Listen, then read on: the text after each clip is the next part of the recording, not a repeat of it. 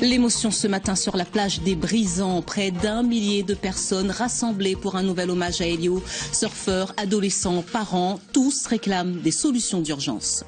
Merci de nous accueillir chez vous. Le ciel, le soleil et les larmes, impossible à retenir. Près d'1 millier de personnes, surfeurs, collégiens, adolescents ou parents, ont rendu un nouvel hommage à Elio en présence de ses parents ce matin. Défilé en blanc, recueillement de grande ampleur sur la plage des Brisants. Sur place, Nathalie Rougeau, Florence Bouche. Ils sont venus de partout dire adieu à Elio, fauché en pleine jeunesse, arraché à la vie et à ses parents.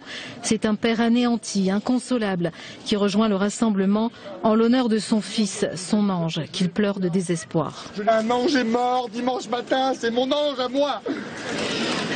La mère d'Elio n'a pas eu la force, elle ne restera pas. Giovanni Canestri cherche du réconfort auprès de tous ces jeunes et moins jeunes qui ont tenu à être là. Très vite, il délivre ce message. Ce que je voudrais dire à tous ces jeunes, à tous autant que vous êtes tous beaux, etc. Faites attention à vous et puis sachez parfois écouter un peu ce que vous disent les grands parce que c'est pas toujours pour rien.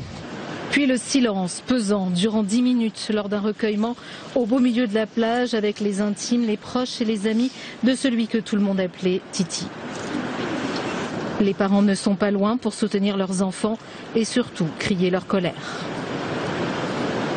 On a fait un sanctuaire pour les requins viennent manger nos enfants. Et ça, c'est dégueulasse. Je suis désolée. C'est vraiment immonde. L'hommage face à la mer, une mer dans laquelle se jetteront quelques jeunes comme pour défier l'État sur une plage interdite à la baignade. Puis le temps des discours, au-delà de la souffrance et de la douleur, c'est le sentiment d'être oublié par les autorités qui est très dur à supporter. Aucune mesure n'a été prise pour nous. On a été laissé de côté alors que la première chose qui aurait dû être faite dès la première attaque, c'est de s'intéresser à notre cas. Je veux pouvoir ressortir à La Réunion tranquillement. Entouré de ses deux autres enfants, l'émotion ne quitte pas le père d'Elio. Je peux vous garantir qu'il est sublimissime. Il est d'une beauté incroyable, il est serein, il est reposé. Il a son petit sourire qu'il avait toujours quand il allait dormir. Et j'avais presque l'impression qu'il allait se réveiller et qu'il allait faire comme d'habitude. Et salut papa. Salut mon fils.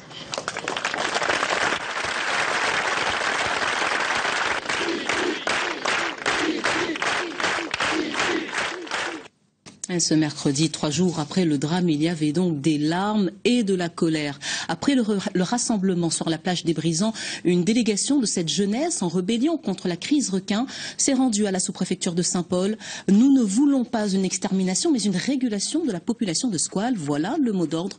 Confrontation tendue avec l'État qu'a donné la rencontre. On voit cela avec Jean-Marc Seguin.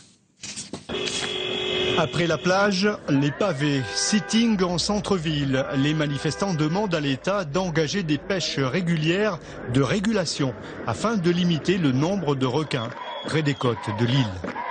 On veut des mesures maintenant. C'est un appel à l'aide. C'est pas une manifestation, c'est un appel à l'aide. C'est un cri de désespoir. Car on est vraiment à bout. Et on attend des mesures concrètes immédiatement. On va tuer des loups parce qu'ils mangent des gens. On va tuer des requins parce qu'ils mangent des gens. Et c'est des gens, c'est des petits enfants de 13 ans. Donc il faut prendre des mesures là. Pendant que des mini-barrages s'installent dans le centre-ville, une délégation a été reçue en sous-préfecture où l'on rappelle que la pêche redémarre au 1er mai avec 12 pêcheurs professionnels.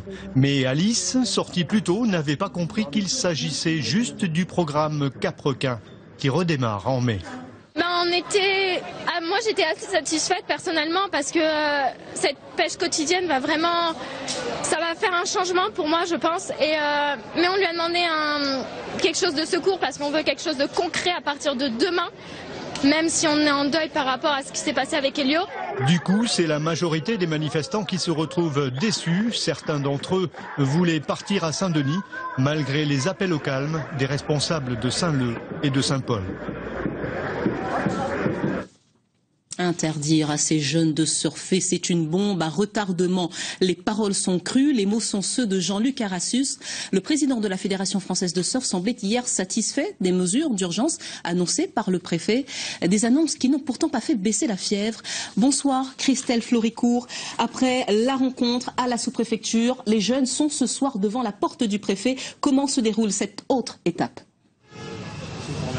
Bonsoir Valérie, alors ici les esprits ont commencé à s'échauffer, on en est même presque arrivé aux mains il y a quelques instants, mais la situation est redevenue calme, donc le calme est revenu sur le Barachois depuis 18h10 à peu près et jusqu'à il y a à peu près un quart d'heure, une cinquantaine de manifestants bloquaient le Barachois, donc de façon assez symbolique pour marquer les esprits, car en ce moment même, une délégation est reçue par le préfet. Mais on ne sait pas ce que le préfet pourra leur dire de plus que ce que leur a annoncé la sous-préfète de Saint-Paul il y a quelques heures, à savoir la reprise de l'opération Cap-Requin le 1er mai prochain. Eux réclament des solutions immédiates, comme notamment la pêche régulière. Donc on verra ce qu'il en sera après cette rencontre, Valérie. Nous en reparlerons bien évidemment dans nos éditions demain. Merci Christelle Floricourt pour ces précisions en direct de la préfecture devant la caméra de Philippe Poirot ce soir.